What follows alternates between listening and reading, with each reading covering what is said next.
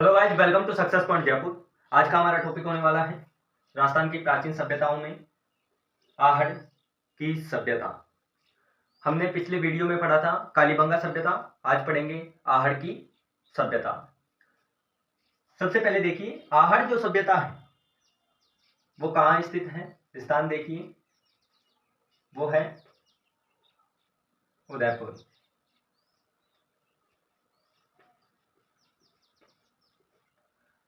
राजस्थान राज्य के उदयपुर जिले में जो आहड़ सभ्यता है वो है। मैं और डीपली बता दूं तो जो उदयपुर में आहड़ सभ्यता, आहड़ या आयड़ नदी के किनारे बसा हुआ कस्बा आहड़ सभ्यता है। क्या है कि नदी के किनारे, कौन सी नदी के किनारे आपको पूछ सकते हैं, आयड़ या आहड़ नदी के किनारे। और आपने जो पिछला वीडियो कालीबंगा जो सभ्यता है उसका वीडियो नहीं देखा तो प्लीज वो वीडियो भी आप जरूर देख लें। और इस चैनल पर आप नए हैं तो चैनल को सब्सक्राइब कर दें और वीडियो को लाइक शेयर कर दें। देखो स्थान है उदयपुर, और उदयपुर में कहा आयड़ या आयड़, आपको कई बुक्स में आहड़ मिल जाएगा और कई बुक्स में, कई गाइड्स आप पढ़ोगे तो उसमें आयड़ नदी भी मिल सकती है। तो इसमें कंफ्यूजन होने की कोई बात नहीं है, चाहे आहड़ नदी आए चाहे आयड़ नदी, आपको डायरेक्ट आहड़ सभ्यता से संबंधित टिक करना होगा। इसके बाद में इसकी बात बताऊं तो जो ये आहड़ जो सभ्यता है उसमें नदियों से संबंधित एक बार क्वेश्चन पूछा गया था। वो किस प्रकार पूछा गया था, शिक्षक भर्ती 2004 और सेकंड ग्रेड 2010 में पूछा गया एक क्वेश्चन था कि जो आयड़ नदी है, आयड़ नदी, उसका नाम बेड़च नदी कब हो जाता है, या किस स्थान या किस जगह के बाद बेड़च नदी हो जाता है। क्या हो जाता है? बेड़च। इंपॉर्टेंट क्वेश्चन है, 2-3 बार पूछ लिया गया है ये क्वेश्चन। तो मैं आज बताऊंगा कि जो सभ्यताएं हैं उनसे संबंधित जो टॉपिक्स आपको पूछे जाएंगे एग्जाम्स में, बस केवल उन्हीं को ही अपन क्लियर करेंगे। जो थ्योरी है उसको अपन जो क्लियर नहीं करने वाले, बस उसको केवल समझने वाले हैं। बेड़च कब हो जाता है, किस स्थान के बाद जो है इस नदी का जो नाम है वो बेड़च हो जाता है। तो मैं आपको बता दूं, बेड़च उदय सागर झील जो है, उदय सागर झील, उदय सागर झील के बाद इसका नाम बेड़च हो जाता है, या बेड़च नाम से जानी जाती है। कौन सी नदी? आयड़ नदी। ये आयड़ नदी है, ऐसे समझो। देखो ये नदी है आयड़ नदी। कौन सी नदी? ये वाली आयड़ नदी। आयड़ नदी है, या इसे बोल सकते हैं आहड़ नदी। उसमें कंफ्यूजन होने वाली कोई बात नहीं है, आहड़ या आयड़ दोनों एक ही हैं। और ये नदी है बेड़च। तो कब, और ये जो है ये है उदय सागर, उदय सागर झील। इसके बाद से इस नदी को क्या, कौन सी नदी बोलते हैं? बेड़च नदी। तो ये आपको समझ में आ गया होगा भाई। इसको जो ये कई बार एग्जाम्स में पूछा जा चुका है ये क्वेश्चन, तो आपको करेक्ट आंसर होगा कि उदय सागर झील के बाद। इसके बाद देखो आयड़ जो सभ्यता है, इसको दूसरे जो नाम हैं इनके वो भी कई बार पूछे जा चुके हैं। दूसरे नाम, टॉपिक डाल दो दूसरे नाम बराबर। इससे भी कई क्वेश्चन बनाएंगे। देखो ताम्रवती नगरी, ताम्रवती नगरी के नाम से जानते हैं इसको। कौन से नाम से जानते हैं? ताम्रवती नगरी।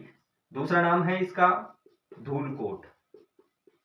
जो वहां के स्थानीय लोग हैं या और आसपास के जो लोग हैं वो इसे किस नाम से जानते हैं?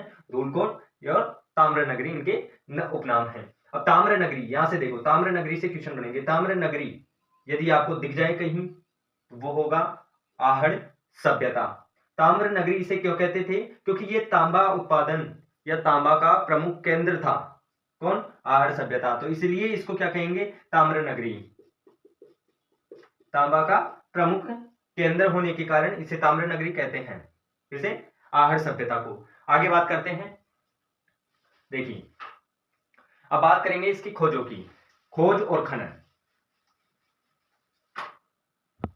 ये जो सारी चीजें हैं इंपॉर्टेंट हैं, इन्हें आप लिख भी या नोट कर लीजिएगा। खोज, देखो आहड़ सभ्यता है उसकी खोज की गई थी 1953 ईस्वी में। कब की गई? 1953 ईस्वी में। किसके द्वारा? श्री अक्षय कीर्ति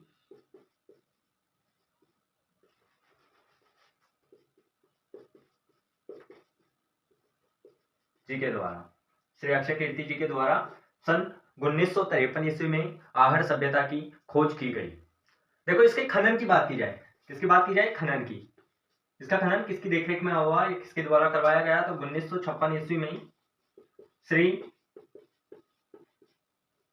रतन चंद्र जी के द्वारा, रतन चंद्र जी अग्रवाल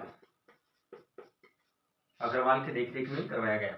लेकिन इसमें एक दूसरा टॉपिक और आ जाता है कि बताया जाता है कि 1961-62 में, कब? इसे भी आप नोट कर लीजिएगा, कभी भी पूछा जा सकता है क्वेश्चन डेफिनेट। 1961-62 में, कब? 1961-62 के अंतर्गत पूना विश्वविद्यालय की, पूना विश्वविद्यालय की डॉक्टर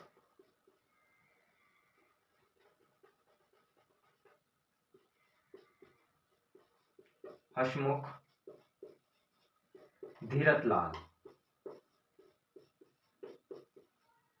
सांखलिया के द्वारा इसका उत्खनन कार्य करवाया गया। इन्होंने तो प्रारंभ किया, खनन कार्य करवाना प्रारंभ किया कि इन्होंने श्री रतन चंद्र अग्रवाल जी ने, और इसके बाद में जो उत्खनन कार्य करवाया 1961-62 ईस्वी में वो करवाया था पूना विश्वविद्यालय के जो थे और डॉक्टर हसमुख धीरतलाल सांखलिया के नेतृत्व में करवाया गया। इसके बाद देखते हैं कि यहाँ जो है, जो पुरातात्विक चीजों की बात करें हम, और ये जो ये आहड़ सभ्यता की जो विशेषताएं हैं, यहाँ क्या क्या प्राप्त हुआ उनकी बात करें तो देखिए यहाँ के जो निर्मित घर थे वो कैसे थे। मैंने बताया था कि जो कालीबंगा थी, तो कालीबंगा आपको याद होगी कि ईंटों पर जो थे कलात्मक चित्र थे और वहां के मकान पक्की ईंटों से बने हुए थे, पक्की ईंटों से। तो यह याद रखना, आहड़ सभ्यता में मकान जो थे वो किससे बने हुए थे? कच्ची ईंटों से। किससे? कच्ची ईंटों से, जो धूप में सुखाई जाती थी, गिलोने के बाद उसे पकाया नहीं गया, उससे बनती थी मकान, उससे निर्मित होते थे। इसके बाद में बात करूं कि यहां पर ऐसा नहीं है कि वो आपको जानते नहीं थे, यहां पर जो है मनकों या मनकों भी बोल सकते हैं, मनके पाए गए। मनके का मतलब हमारे यहाँ पे मटकी बोलते हैं ना, मटकी। तो यहाँ पर मटके जब बड़ा होता है तो उसे मूना वगैरह बोलते हैं, तो मटकी। तो यहाँ पर वो मनके पाए गए जो भी पके हुए थे, और यहाँ पर जो है पके हुए अनाज के दाने, पके हुए अनाज के दाने। तो इसका मतलब जो ये लोग थे वो जो भोजन करते थे वो पका कर करते थे, आग का महत्व जानते थे। हाँ, इसके बाद जो ये आहड़ सभ्यता के जो लोग हैं वो रंगाई पुताई और कपड़ों पर जो रंगाई होती है वो करना जानते थे, क्योंकि वहां की जो रंगाई पुताई करने की जो ठप्पे थे वो यहां से प्राप्त हुए। रंगाई पुताई के ठप्पे कहां से प्राप्त हुए? आहड़ सभ्यता से। कहां से प्राप्त हुए? आहड़ सभ्यता से। इसके बाद देखो, और आहड़ सभ्यता में क्या प्राप्त हुए हैं? बाट या माप, जिसे हम माप भी बोलते हैं और बोलचाल की भाषा में बाट बोलते हैं, जानते होंगे, जो तराजू में तोलने के काम में आते हैं। तो इससे पता चलता है कि इस काल में आहड़ सभ्यता के समय जब ये कस्बा था उस समय व्यापार होता था, वाणिज्य के लोग थे, व्यापार को समझते थे, वस्तुएं तोल कर आदान प्रदान करते थे, बेचते भी होंगे। तो उससे क्या पता चलता है कि यहाँ पर आहड़ सभ्यता में क्या थे? व्यापारी थे, समझदार लोग थे। तो यहाँ पर किसके अवशेष प्राप्त हुए? बाट और माप के। अगली बात करें तो यहां पर जो है इस जो आहड़ सभ्यता को लाल व काले मृद भांड वाली संस्कृति का मुख्य केंद्र माना जाता है। लाल व काले मृद भांड वाली संस्कृति का मुख्य केंद्र माना जाता है। आपके दिमाग में एक सवाल आ रहा होगा कि मृद भांड क्या होता है, तो मैं आपको बता दूं, लाल व काले मृद भांड वाली संस्कृति का मुख्य केंद्र कौन सा है? आहड़ सभ्यता। एग्जाम में पूछा जा सकता है, नोट कर लीजिएगा। देखो मैं आपको मृद भांड बताता हूं कुछ इस प्रकार से। मृद भांड का जो उपयोग है वो कहाँ किया जाता था, किसमें किया जाता था? इसका उपयोग किया जाता था या तो अन्न भरने में या कोई वस्तुएं भरने में। पुराने जमाने में जो अन्न है वो जमीन में गाड़ दिया जाता था या जमीन में गड्ढा खोद कर कुछ रख के उसमें भरा जाता था, उसी प्रकार का होता है जैसे अपना घड़ा होता है। ये देखो ऐसा। इसकी क्या बोलते हैं? लाल व काले। तो यहां तक इसकी गर्दन तक, गर्दन है ये इसकी, गर्दन व इसके अंदर तो कौन सा कलर होता था? काला रंग। कौन सा रंग? काला रंग। यहां से यहां तक देख रहे हो। और यहां तक ये पूरे जो क्षेत्र है, इस पूरे क्षेत्र में कौन सा कलर होता था? लाल कलर। कौन सा कलर? Red colour. इस पूरे जो क्षेत्र है, ये पूरा क्षेत्र, इस पूरे क्षेत्र में लाल कलर होता था। तो इसे क्या कहा जाता था? लाल व काला मृद भांड। क्या कहते थे इसको? मृद भांड। तो इसका एक आप डायग्राम बना लीजिए।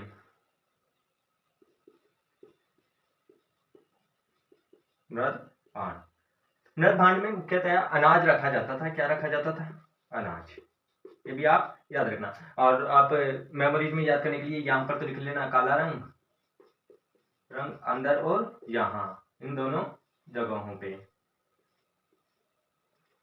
और यहां पर लाल रंग, ताकि आपको ये चित्र दिखते ही पूरी हिस्ट्री याद आ जाएगी। तो ये तो आहड़ सभ्यता से संबंधित है, इसलिए डायग्राम बनाना एक जरूरी हो जाता है, क्योंकि वो डायग्राम आपको देखते ही पूरी सभ्यता दिमाग में आपके ऑटोमेटिक चलने लगेगी। देखो अनाज रखने के काम में आते थे मृद भांड। मृद भांड को बोलचाल की भाषा में क्या कहते हैं? बोलचाल की भाषा में कहते हैं इसको गारे या कोट। गारे या कोट, ये भी याद रखना। पूछा जा सकता है कि जो मृद भांड है उसको बोलचाल की भाषा में क्या कहते हैं, तो उसको कहते हैं गारे या काठे, कोट, सॉरी, गारे या कोट। अब देखो आगे बढ़ते हैं।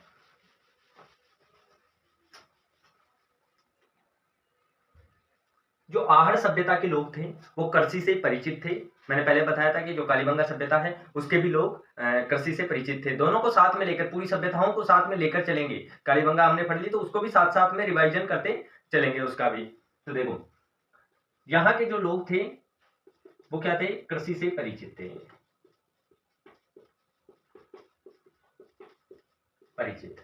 यहाँ पर किसके अवशेष मिले? पके हुए अनाज के। तो इसका मतलब ये भोजन करते थे पका के। श्योरली है कि यहाँ पके हुए अनाज के मिले तो पका के भोजन करते थे, ऐसे परिणाम साक्ष्य मिले। कालीबंगा के लोगों के वहां चूल्हे मिले, तो चूल्हे का क्या उपयोग था कि भोजन को वो भी पका के भोजन करते थे, अन्न को। तो ये दोनों क्लियर हो गई यहां तक तो। और ये देखो आहड़ जो सभ्यता है वो तांबा के जो है, तांबे की वस्तु बनाने में जो प्रमुख केंद्र था,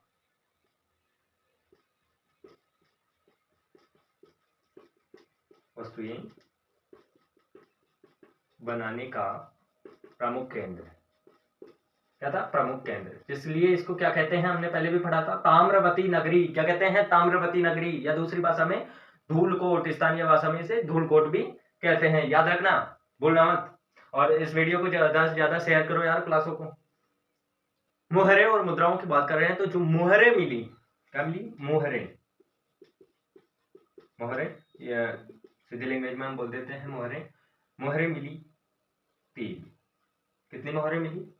मात्र 3 मोहरें मिली। और मुद्राओं की बात करें तो मुद्राएं मिली 6। वो किसकी? तांबे की। किसकी मिली? तांबे की 6 मुद्राएं। इसके बाद अपन लोग हैं वो बात करने जा रहे हैं कि जो आहड़ सभ्यता है उसका समय क्या रहा होगा, कि ये कितने समय पूर्व थे, तो उसको भी देखते हैं।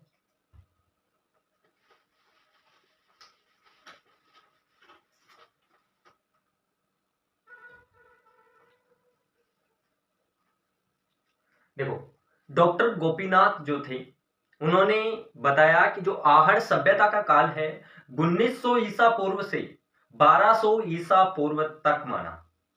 कितना माना? 1900 ईसा पूर्व से 1200 ईसा पूर्व तक। किसने? डॉक्टर गोपीनाथ शर्मा ने। लिख लो आप कि डॉक्टर, ये लिखना आपका जरूरी है। यदि ये नहीं दिया हुआ और 1900 ईसा पूर्व से 1200 ईसा पूर्व तक दिया गया, या ऐसे पूछ लिया जाए कि डॉक्टर जो गोपीनाथ शर्मा थे उन्होंने आहड़ सभ्यता का समय क्या माना, तो वो था 1900 ईसा पूर्व से 1200 ईसा पूर्व। डॉक्टर गोपीनाथ शर्मा कितना माना? 1900 ईसा पूर्व से 1200 ईसा पूर्व तक।